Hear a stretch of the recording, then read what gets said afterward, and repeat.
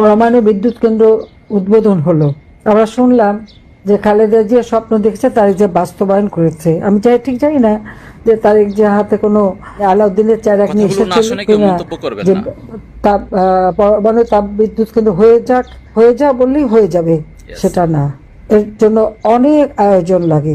1961 সালে পাকিস্তান আমলে একটা বাজেটে বলা হলো দুটি পারমাণবিক বিদ্যুৎ কেন্দ্র করা হবে, একটা হচ্ছে পূর্ব পাকিস্তান, একটা হলো পশ্চিম পাকিস্তানে। ওই নামটা শোনা হলো, এরপরে জমিটা নেওয়া হয়েছিল, 62 সালে জমি নেওয়া হলো আইয়ুব খান আমলে, কিন্তু বিদ্যুৎ কেন্দ্র হয়নি। কারণ তখন বিদ্যুৎ কেন্দ্র দুটি হয়ে গেল পাকিস্তানে, পশ্চিম পাকিস্তান তখন, সেখানেই দুটি বিদ্যুৎ কেন্দ্র, সেই তো ওই জমিটা পড়া। স্বাধীনতার পর আপনার উদ্যোগ নিলেন, এমনকি ডক্টর ওয়াজেদ, তিনি নিউক্লিয়ার সায়েন্টিস্ট ছিলেন, সেও এই প্রকল্পে ডাইরেক্টর হিসেবে কাজ করেছে। অনেক আয়োজন, আন্তর্জাতিক সংস্থার সাথে নেগোসিয়েশন, এমনকি IAEA এর সাথে নেগোসিয়েশন, ভিয়েনাতে তাদের লোক আসে, দেখে, পরীক্ষা করে, সেগুলি আমরা একে একে সব করে সেই 96 সালের থেকে এই পদক্ষেপ নিই।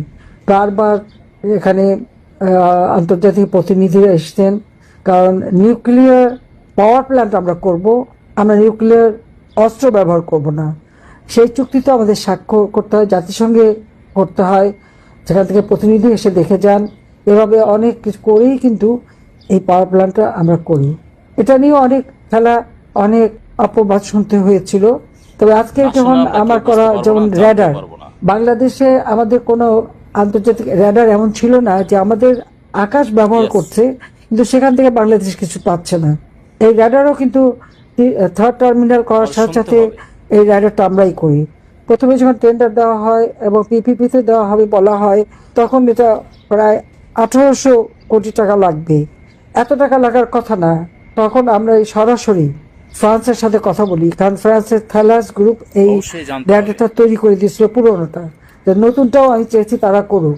তখন তাদের সঙ্গে আলোচনা করে তখন মাত্র 600 কোটি টাকায় এই র্যাডার স্থাপনের কাজ আমরা শুরু করি। ফ্রান্স সরকার আমাদের সেই সহযোগিতা দেয়। আপনারা চিন্তা করতে পারেন যে কত টাকা আমরা বাঁচিয়েছি রাষ্ট্রের। যদিও শোনা যায় মেলা টাকা নাকি বাঁচার করে দিয়েছে, কিন্তু প্রত্যেকটা প্রজেক্ট আপনারা দেখবেন আমরা আলোচনা করে করে করে করে আমরা দাম কমিয়ে কমিয়ে আমাদের খরচ কমিয়েছি, এবং এর মধ্যে অনেকগুলি আমরা নিজের টাকায় করেছি। কারণ কোভিডের সময় আমাদের কিছু রিজার্ভ জমে যায়, সেখানে আলাদাভাবে একটা ফান্ড আমি করে দিই, ইনফ্রাস্ট্রাকচার ডেভেলপমেন্ট ফান্ড। তার মাধ্যমে টাকা দিয়ে পদ্মা সেতু থেকে শুরু করে বিমানে আমরা যে 11খানা প্লেন কিনলাম, 22টা প্লেন দিয়ে বিমান চলছে, এয়ারপোর্টের উন্নয়ন করা, আন্দারমানিক পায়রা নদী এগুলি ড্রেজিং করা, সবই আমরা করেছি। সেখানে কিন্তু অন্যের কাছে ধার নিতে হয়নি। বাংলাদেশ ব্যাংকে থেকে 1% ইন্টারেস্টে সার্ভিস চার্জ, যেই সোনালী ব্যাংকে টাকা দেওয়া হতো, সোনালী ব্যাংক 1% সার্ভিস চার্জে টাকা দিত। দুর্ভাগ্য যে পদ্মা সেতু টোলের যে টাকাগুলি, সেগুলি কিন্তু শোধ দেওয়া হচ্ছে না। কোনো প্রজেক্টের টাকা ঈদের দিনে 4 কোটি বা 12 লক্ষ টাকার উপর সেখানে টোল আদায় হয়, কিন্তু একটা টাকাও কিন্তু ট্রেজারিতে যায়নি, সেটা দিয়ে লোন শোধ হয়নি। বাংলাদেশে এখন বিভিন্ন জায়গা থেকে যত লোন নিয়েছে, কোনো লোনই কিন্তু ইউনূস সরকারও শোধ দেয়নি, তারেকও দিচ্ছে না। অর্থাৎ ঋণের বোঝাটা বাঙালির মাথার উপরে চেপে রেখেছে। অর্থনীতি আজকে ধ্বংসের পথে, যেখানে 7%-এর কাছাকাছি আমাদের আমরা GDP রেখে এসেছিলাম, 450 বিলিয়ন মার্কিন ডলার, যা 2006 সালে ছিল মাত্র 70 বিলিয়ন মার্কিন ডলার। সেই 70 বিলিয়ন মার্কিন ডলার BNP আমলে ছিল, সেটাকে আমি 450 বিলিয়ন মার্কিন ডলারে উন্নীত করেছিলাম। তার সাথে যদি আপনি এখন আমাদের উপরে বদনাম দিল, তার দেবপ্রিয় প্রথম বলেছে, এখন দেখলাম তারেকও এসে বলল পার্লামেন্টে, তার মানে কি দাঁড়ালো, 234 বিলিয়ন পাচার করেছি, 450 বিলিয়ন আমি রেখে এসেছি, তার মানে প্রায় 700 বিলিয়ন। তো 70-কে আমি 700-তে যে উন্নীত করলাম, তার জন্য তো একটা ধন্যবাদ পেতে পারি। আর 234 যদি আমরা পাচারই করে থাকি, তো কোথায় পাচার করলাম? তারেক জিয়া, খালেদা জিয়ার পাচার করার টাকা, সেই টাকা উদ্ধার করে কিন্তু আমরা ফেরত এনেছিলাম, এবং FBI এসে তারেকের বিরুদ্ধে সাক্ষীও দিয়ে গিয়েছিল। খালেদা জিয়ার নাইকো কেসে তার বিরুদ্ধে সাক্ষী দেওয়ার জন্য তারা প্রস্তুত ছিল। এখন সে নাইকোতে লয়ার থেকে শুরু করে সবার বিরুদ্ধে মামলা।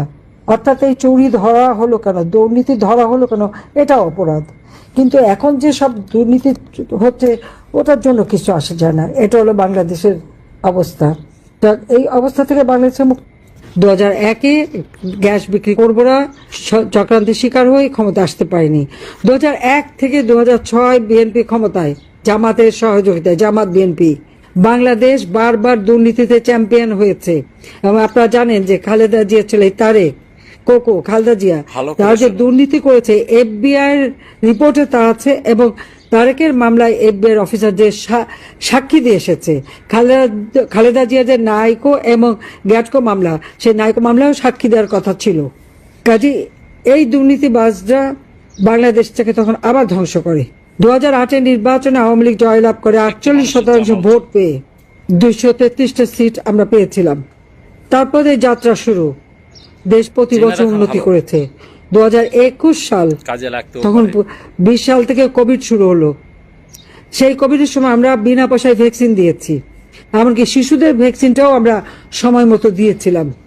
আমাদের এই জনসেবাটাকে বন্ধ করতে পারেনি। বাংলাদেশে বোধহয় একমাত্র দেশ, পৃথিবীর যে 5টি দেশ কোভিড মোকাবেলায় সফলতা দেখিয়েছে, বাংলাদেশ তার মধ্যে একজন। কিন্তু আজকের বাংলাদেশ শত শত শিশু মারা যাচ্ছে ভ্যাকসিনের অভাবে। কেন? 2024-25 অর্থ বছরে আওয়ামী লীগ সরকার যে বাজেট দিয়েছিল, জুন মাসে 30 তারিখে যে বাজেট পাশ হলো 2024 সালে, 7,97,000 কোটি টাকার বাজেট আমি দিয়ে এসেছিলাম। কোথায় গেল সে টাকা পয়সা? কোথায় গেল স্বাস্থ্যসেবা? কোথায় গেল ভ্যাকসিন কেনা? এই শিশুদের মৃত্যুর দায় একটা হচ্ছে বাটপার সুদখোর ইউনূস, আর একটা হচ্ছে খুনি দুর্নীতিবাজ তারেক। তাদেরকে নিতে হবে। তারা আবার বলে আগের সরকার নাকি কিছু করেনি। আমার সময় সব রাখা ছিল। 20 লক্ষ মেট্রিক টন খাদ্য মজুদ বাফার স্টক হিসেবে, সারের মজুদ বাফার স্টক হিসেবে, চাহিদা পূরণ করে অতিরিক্ত সবসময় আমি মজুদ রাখতাম। সেটাই তারা ব্যবহার করেছে। আর এখন দেশটা ধ্বংসের দিকে। তেল নাই, গ্যাস নাই, সার নাই, পানি নাই, বিদ্যুৎ নাই। আমি তো ঘরে ঘরে বিদ্যুৎ দিয়েছি, কেন বিদ্যুৎ থাকবে না? কোথায় গেল? LNG কেনার টাকা, ডিজেল কেনার টাকা, কয়লা কেনার টাকা সব ছিল বাজেটে, কেন কেনা হয়নি? ভারতের থেকে, আসাম থেকে নুমালীগড়ের পাইপলাইনে আমরা ডিজেল আনতাম পার্বতীপুর ডিপোতে। পার্বতীপুর ডিপো থেকে নাটোর ডিপো পর্যন্ত প্রজেক্ট নিয়েছিলাম, সেটা বন্ধ করে দিল ইউনূস ক্ষমতায় এসে। আজকে তো সেই তেলের উপরই তো নির্ভর করে চলতে হচ্ছে। তখন তো আমার বিরুদ্ধে অনেক বদনাম করা হয়েছিল। এটাই আমাদের দুর্ভাগ্য, যতই ভালো কাজ করি বদনামের শিকার হতে হয়। 1400 মানুষকে হত্যা করেছি, জাতিসংঘের রিপোর্টে দিল। আমি বারবার বলেছি, কই জাতিসংঘ কি দেখাতে পেরেছে? ওই রিপোর্টে নাম দিতে পেরেছে তারা? আমি কেন হত্যা করতে যাব? আমি কাউকে হত্যা করিনি। এই হত্যা যে এখন আজকে বের হচ্ছে, স্নাইপার রাইফেল কাঁধে হাতে ছিল, একের পর এক লাশ কারা ফেলেছে। তারেক লন্ডন থেকে পরামর্শ দিয়েছে, আর ওখানে বসে ইউনূস এই হত্যাকাণ্ড চালিয়েছে। 2024-এর 15 জুলাই থেকে যে সমস্ত হত্যাকাণ্ড, অগ্নিসন্ত্রাস যা যা শুরু হয়েছে, যারা এই ঘটনার সঙ্গে জড়িত তাদেরকে দায় মুক্তি দেওয়া হয়েছে। আর মামলা দেওয়া হয়েছে সব আওয়ামী লীগের নেতা কর্মীদের বিরুদ্ধে। আমার তো শাস্তি দিয়ে দিয়েছে, মৃত্যুদণ্ডই দিয়ে দিয়েছে। আমি জানি 15ই আগস্ট আমার বাবা মা ভাই সবাইকে হত্যা করেছিল, আমরা 2 বোন বেঁচে ছিলাম। কাজে আমাদের উপরেই তাদের যত রাগ ক্ষোভ। কাজে আমি আমাদের 2 বোনের 5টা ছেলে মেয়ে সবার বিরুদ্ধে মামলা। 10 কাঠার একটা প্লট নেওয়ার জন্য আমার 36 বছর সাজা। বাহ, চমৎকার। তাহলে সরকার প্রধান হিসেবে প্লট দেবার যে আইনটা রয়েছে, সেখানে একটা ক্লজ রয়েছে, ওটা বাতিল করে না কেন? ওটা বাতিল করে তারপর আমাদের শাস্তি দিক। তাহলে তো সবাই, ওই খালেদা জিয়া যে গুলশানে সরকারি সম্পত্তি নিয়েছে 1 টাকায়, যেটা তারিখ যে এখন থাকে, ওই বাড়ি 1.5 কাঠার উপর, 1.5 বিঘার উপর প্রায় 30-35 কাঠা জমি, ইউনূসের 4080 কাঠা, তো সবই তো বাতিল হওয়া উচিত। যাক, আমি আর সে কথা বলছি না। আমি আজকে এটি বলবো যে আজকে বাংলাদেশের মানুষ অত্যন্ত কষ্টে আছে। আমি একটু ঐতিহাসিক পটভূমিতে তুলে ধরলাম, কারণ এই ইতিহাসে অনেকেই জানে না, কারণ ইতিহাস বিকৃত করা হচ্ছে, মুছে ফেলা হচ্ছে। ইতিহাস মুছে ফেলা যায় না। আজকে সকলকে একসাথে সোচ্চার হতে হবে। এই জাতিসংঘের সামনে আপনাদের দাঁড়াতে হবে, স্টেট ডিপার্টমেন্টের কাছে যেতে হবে, যে কেন আওয়ামী লীগকে ব্যান করবে। আওয়ামী লীগকে ব্যান করবার কোনো অধিকার তাদের নাই। অবৈধভাবে ক্ষমতা দখলকারী এখন ক্ষমতায়, আর নির্বাচন নামে একটা প্রহসন নির্বাচন, এই নির্বাচনে কে ভোট দিয়েছে? সব তো 12ই ফেব্রুয়ারি ভোট হয়ে গেছে আগের দিন সন্ধ্যায়, সান্ধ্য ভোটে জয়লাভ করেছে, এখন কেউ কথা বলে না। সাংবাদিক নির্যাতিত, 10 জন সাংবাদিককে হত্যা করা হয়েছে। কেন আন্তর্জাতিক সাংবাদিক সংস্থাগুলি এখন চুপচাপ? আমার প্রশ্ন। আইনজীবীদের পিটিয়ে হত্যা করলো, চিন্ময় প্রভুর জন্য দাঁড়ালো কেন? সেই জন্য তাকে কুপিয়ে হত্যা করলো, প্রকাশ্য দিবালোকে রাস্তায় ফেলে। আওয়ামী লীগ কয় কেন? ক্লাস 8-এ পড়া মেয়েকে রেপ করা হচ্ছে, ঘরের ভিতরে ঢুকে স্বামীকে বেঁধে রেখে স্ত্রীকে রেপ করে, মা মেয়ে দুজনের উপর নির্যাতন, ঘরে ঘরে ঢুকে নির্যাতন চালাচ্ছে। ঘরে নিরাপত্তা নাই, রাস্তায় নিরাপত্তা নাই, বাইরে নিরাপত্তা নাই, কোনো বিচার চাওয়ার কোনো অধিকার নাই, কারণ লাঠিসোঁটা, অস্ত্র, রামদা, চাইনিজ ক্রোল দিয়ে প্রধান বিচারপতির বাড়ি এবং এজলাস আক্রমণ করে তাদেরকে পদ থেকে বাধ্য করা হয়েছে। এটা কোন বাংলাদেশ আমরা দেখি? আর তারপরে এখন মানুষের হাহাকার, কৃষক সার পায় না, 5-5টা সার কারখানা বন্ধ, বিদ্যুৎ পাচ্ছে না, লোডশেডিং, তেল নাই, পেট্রোল পাম্প আপনার সামনে গ্যাসের জন্য, পেট্রোলের জন্য লোক দাঁড়িয়ে আছে, আপনারা দেখতে পাচ্ছেন, অথচ বিদ্যুতের বকেয়া টাকা পাও না। এমনকি পদ্মা সেতু টোল ঈদের দিনে প্রায় 4 কোটি 12 লক্ষ টাকা উঠেছে টোল, কিন্তু 1 পয়সাও শোধ দেওয়া হচ্ছে না। শেয়ার মার্কেট টাকা গায়েব, কারা খাচ্ছে এগুলি? কোথায় চলে যাচ্ছে?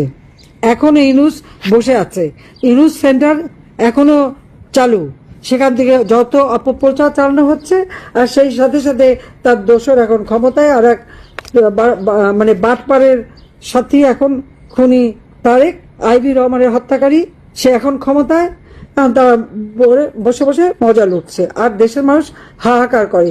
যখন টিকার অভাবে শিশু মরে, তারেক যায় তার মেয়েকে নিয়ে সিনেমা দেখতে, মেয়ে বউ নিয়ে থিয়েটার দেখতে, তারা থিয়েটার দেখে আনন্দ করে, আর সন্তান হারিয়ে মায়ের কান্না। আজকে বাংলাদেশে আকাশ বাতাস পিতাহারা সন্তানের কান্না, সন্তান হারা পিতা কান্না, ভাই হারা বোনের কান্না, বোন হারা ভাইয়ের কান্নায় আকাশ বাতাস ভারী। লাশ পাওয়া যায় পুকুরে, লাশ পাওয়া যায় নদীতে, লাশ পাওয়া যায় যেখানে সেখানে। প্রায় 10,000-এর উপর নেতা কর্মী আওয়ামী লীগের, তাদেরকে হত্যা করেছে, গুম করেছে, যাদের আগুন দিয়ে পুড়িয়েছে, মেরে লাশ ভাসিয়ে দিয়েছে নদীতে, তাদের নাম ঠিকানা পর্যন্ত পাওয়া যাচ্ছে না। এই 32 নম্বরে আগুন দেওয়ার পরে রাস্তার উপর লাশ পড়েছিল, কারা তারা? নাম পাওয়া যায়নি। এই কোন বাংলাদেশ? বাংলাদেশ তেমন ছিল না। বাংলাদেশে মানুষের জীবনে শান্তি ছিল, ঘরে ঘরে আলো ছিল, রোগে চিকিৎসা ছিল, সময় মতো টিকা দিতাম, সময় মতো বই দিতাম, বৃত্তি দিতাম, মানুষের জীবনটা উন্নত হয়েছিল। দারিদ্রের হার 18% নামিয়ে এনেছিলাম, হতদারিদ্রের হার 5% নামিয়েছিলাম, বেকারের সংখ্যা মাত্র 3% ছিল, কোভিডের জন্য 5% হয়েছিল। আজকে ইন্ডাস্ট্রি বন্ধ, কাজ বন্ধ, তরুণরা কাজ পাচ্ছে না, বেকার সমস্যা মাথা চাড়া দিয়ে উঠেছে। দিনমজুর, রিক্সাওয়ালা যা কামাই করে তা দিয়ে একটা টাকা কিছু খেতে পারে না। কৃষি শ্রমিক আওয়ামী লীগের আমলে যে টাকা কামাই করতো, সেটা দিয়ে অন্তত তার 3 বেলা খাবার হয়েও হাতে টাকা থাকতো, এখন নাই, চারিদিকে হাহাকার। এই অবস্থা চলতে দেওয়া যায় না। আর আওয়ামী লীগকে ব্যান করবার তাদের কোনো অধিকার নাই। আওয়ামী লীগ আছে, আওয়ামী লীগ থাকবে, এবং আওয়ামী লীগই এই বাংলাদেশের মানুষের জীবনে আবার বাংলাদেশের মানুষকে উন্নত সমৃদ্ধ করবে। 41 সালের মধ্যে স্মার্ট বাংলাদেশ আমরা গড়ে তুলবো, ইনশাল্লাহ আমরা তা করতে পারবো। সবাইকে ধন্যবাদ। জয় বাংলা, জয় বঙ্গবন্ধু, বাংলাদেশ চিরজীবী হোক। আর ভিডিওটি ভালো লাগলে শেয়ার করে সবাইকে দেখার সুযোগ করে দিবেন।